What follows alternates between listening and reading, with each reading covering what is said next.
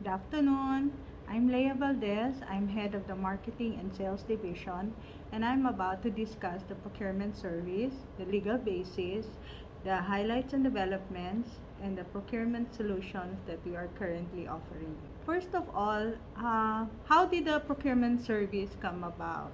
It is by Letter of Instructions number 755 issued by then President Ferdinand Marcos. But prior to the issuance of LOI 755 in 1978, the Procurement Service started out as a procurement pilot project that was thought of by the Office of the President, the University of the Philippines, the Ministry of Finance, the Ministry of Budget and Management, and NEDA.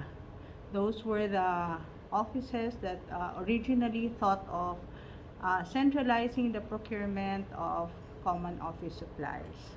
So when then President Marcos was convinced that economies and efficiencies could be achieved through an office that will aggregate all the requirements for common office supplies of the whole of government, he signed into law Letter of Instructions number 755 on October 18, 1978. There are other issuances by the President in relation to the Procurement Service. And you can find all of this in the website of the Procurement Service. These are Executive Orders 40, 285, 322, 359, the Implementing Rules and Regulations of Executive Order number 40, and the IRR of Executive Order number 262.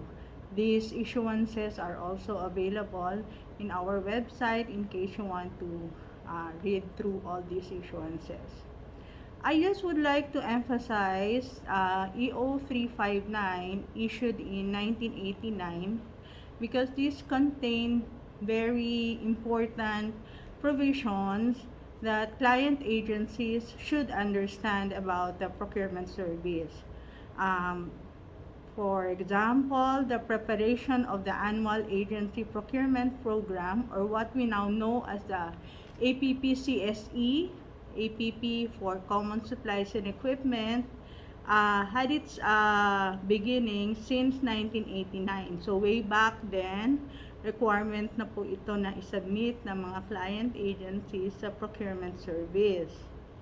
As you are well aware of, the APPs, CSEs are our basis for determining the quantities that we will procure for the whole of government. So, kung ano po yung in-indicate nyong quantities doon for the items, for the common supplies and equipment, these are the quantities that we bid out and we sell to government. Another provision is that the agencies shall remit in advance to the procurement service the funds needed to service their requirements for CSEs. And this is a common question posted by finance personnel of different government agencies. Ano ba ang basis ng procurement service for asking for advance payment? You have the e-wallet for the virtual store, and pag nagpo-procure din kayo ng non-common supplies sa amin, we ask for your payment in advance. So, that is the legal basis of the procurement service for asking for advance payments. So, that's EO 359, Section 4, Provision B. And in Provision Letter E, it is said that the charging of service fees by the procurement service to cover its personnel services and other operational expenses as authorized by the Procurement Policy Board. So, diyan po namin kinukuha din ang aming pinangsusweldo sa aming personnel. All our operation cost of operations are coming from that 4% that we charge on top of the buying price for CSEs. So, wala po kaming appropriation from the General Appropriations Act. So the service fee has its legal basis also in EO 359. The service fee we are allowed to charge up to 5%, but presently we are only charging 4%, which we add to our buying price for CSEs.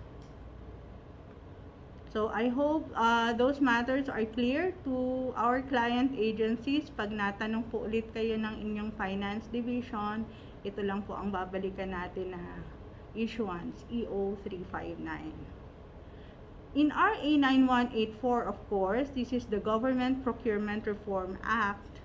Ang revised IRR po niya ay pinaka-latest na issue noong 2016. The Procurement Service and PhilJEPs, medyo interrelatedly being used po ang Procurement Service and PhilJEPs in RA 9184. Ni-reiterate po yung pag-procure ng CSEs para maka-obtain ang mga agencies ng volume discounts inherent in bulk purchasing. So, you shall utilize the Procurement Service for your procurement of CSEs. As a procurement agent, also, we are authorized to undertake procurement of non-common supplies and equipment. These are the unique requirements of the agencies. Like for the D&D, we have been procuring CCIE, combat clothing and individual equipment. For the DepEd, we have been buying books, desks. For the DOH, medicines and laboratory supplies. And recently, for the DOTR, we have been bidding out construction projects in accordance with the Build initiative of the government. The Government Procurement Policy Board, the GPPB, we get all our policies in terms of general procurement procedures from them also. Recently, they issued resolution number 03/2020 approving the adoption of efficient, effective, and expedient procurement procedures during the state of public health emergency. That is why we have been procuring a number of COVID-19 response items. You will see those items in our catalog. They have been made available to all government agencies and most especially to the frontliners as managed by the Department of Health. The GPPB also approved the guidelines on the use of the virtual store. That is for resolution number 20/2018. So if you're looking at the legal basis for the use of the virtual store and the implementation of the virtual store by the Procurement Service, you only need to look at resolution number 20/2018. And then all of our supplies and equipment, the common supplies and equipment that we carry in stock and which we resell to government agencies, we ask for the GPPB for approval of such list. So, in 2019, for example, they issued resolution number 11/2019 approving the common supplies and equipment that should be featured in the product catalog of the Procurement Service. So it contains the names of the items, common use supplies and equipment, the list of consumables, and the list of software and licenses and ICT equipment that we carry in stock.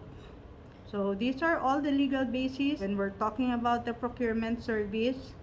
And allow me to also inform you that we are continuing with our central procurement of air tickets through the Government Fares Agreement. Our partnership with the Philippine Airlines, Cebu Pacific, and AirAsia is still continuing, and they're still extending the same level of discounts. So all you need to do is to execute a MOA with the Procurement Service and deposit your travel fund.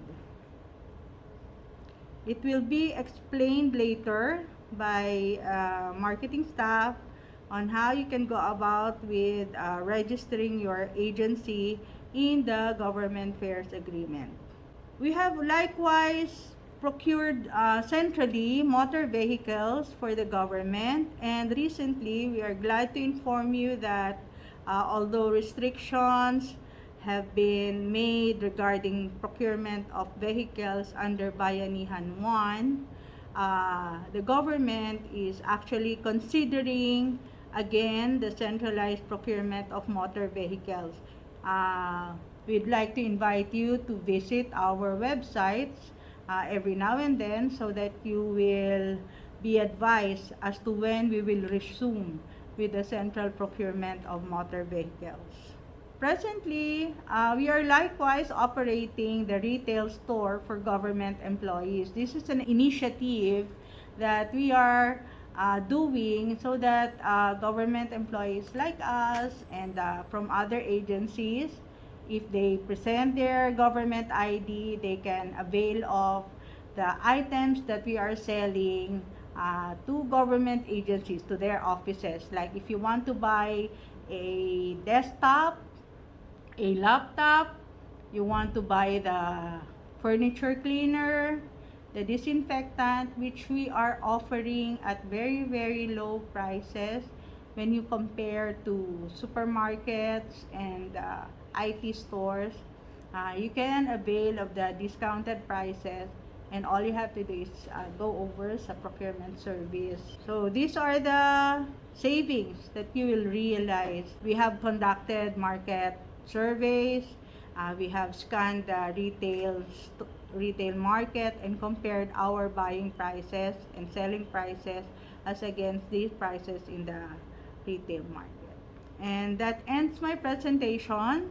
I am happy that we are able to reach out to all of you through this digital method of conducting a webinar, and we shall be entertaining your questions after all the speakers have presented their presentations. Thank you very much, and if you need to reach out to us, please send an email to marketing_sales@psphiljeps.gov.ph, and please visit our website every now and then for important information and advisories.